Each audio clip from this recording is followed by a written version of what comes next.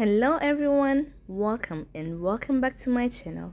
Today I'm gonna be showing you how to make this banana puff puff or round donuts. Let's get started.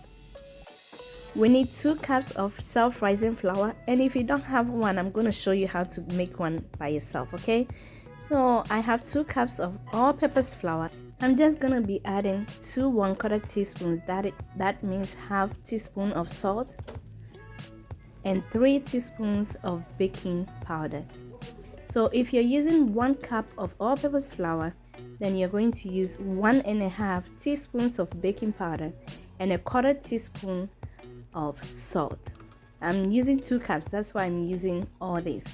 But if you have self-rising flour, then you have to skip this process. Okay, you're going to mix until everything is combined and you have your homemade self-rising flour. How easy is that? Set that aside, and then to your food processor, you're going to add 2 bananas. These are overripe bananas, and the reason why I'm using overripe bananas is because they are much sweeter, and you can even eat the donuts without adding additional sweetener to it. And if you don't have food processor, just use a fork to mash your bananas, just like I did in the banana cake recipe. I'll leave the link at the end of the video.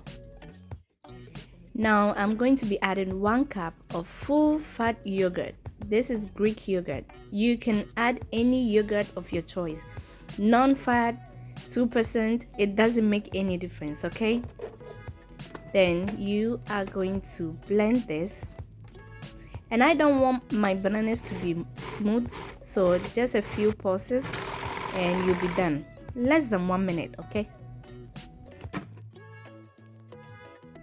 all done. See how easy that was? So you're going to add your banana mixture to the flour and mix it until everything is well combined. But I wanted to show you the texture that I was going for. It's not too smooth. You can see bits and pieces of bananas in there. This is going to be one yummy donuts. So like I said, you can also decide to add vanilla extract or even nutmeg. It's going to be delicious. Okay, today I'm going plain. So mix. I want to take this opportunity to say hello to everyone.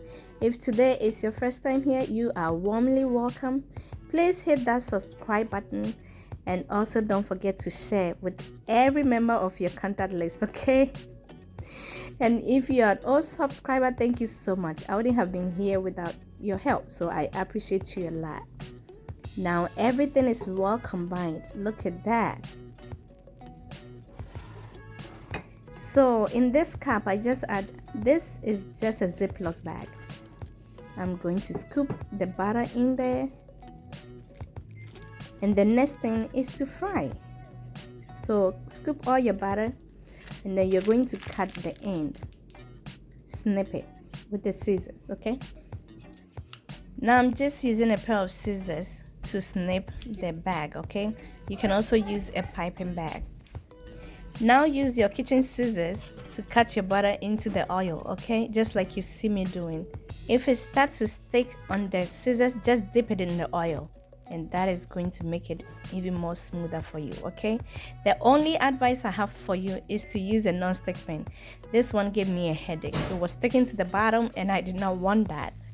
Though the batter will drop to the bottom of the pan initially, but when the temperature of the oil keep rising, it should pop right up. It should float to the top, but this wasn't happening, so I have to help it a little bit. But I think if you use a non-stick pan, you're going to be fine. So now they are ready.